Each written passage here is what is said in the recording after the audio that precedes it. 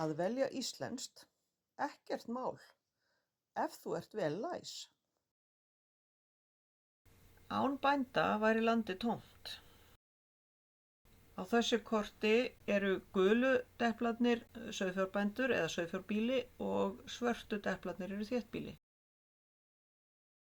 Og ef að Ísland væri án bænda þá liti það svona út. Býsna tómlegt. Kauptu mat úr íslensku hráefni. Þú verður að vera læs til þess og meira það á eftir. En betra, kauptu beint frá bónda. Og hvar er það nú hægt? Hér eru nokkur dæmi. Beint frá bíli.is. Samferðu foreldra og vini að gera eins. Þú þarft að vera vel læs til að kaupa mat úr íslensku hráefni. Eins og sést hér á þessari mynd að þá er íslensk paprika með býsna góðum stórum stöfum þarna merkt, en útlendu paprikurnar eru með mjög smáu letri þar sem kemur fram upprunaland. Það sama á við vínarpylsurnar. Það er yfirleitt mjög smátt letur á upprunalandinu.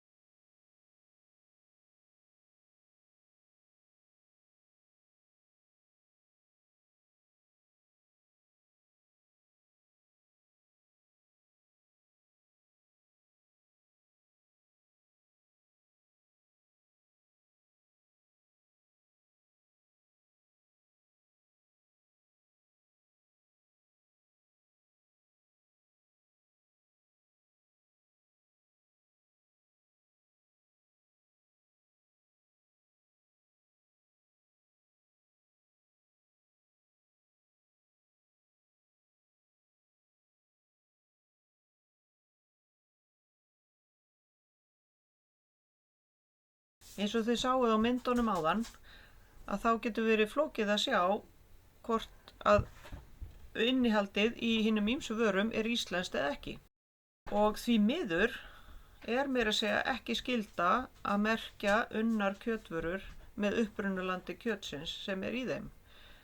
Og ef þið sjáuð ekki hvaðan kjötið er ættað, þá er bara best að sleppa því að kaupa það ef þið viljið velja íslenskt. En eru innfluttar vörur ekki ódýrar en íslenskar? Jú, því miður, oft. Best að þú horfir á myndbandið of dýrt til að fræðast ástæðurnar. En hvað ef þér líst ekki á bragðið? Kannski klikkaði eitthvað í framleiðslunni? Segðu kennaranum þínum frá því. Ef hann veit ekki lausnina, getur hann spurt okkur. Þú ræður hvort íslenskar gæðavörur verða áfram í boði. Þar með ræður þú líka hvort framtíðin verður björt fyrir okkur öll, ekki síst fyrir kindurnar, kýrnar og fleiri.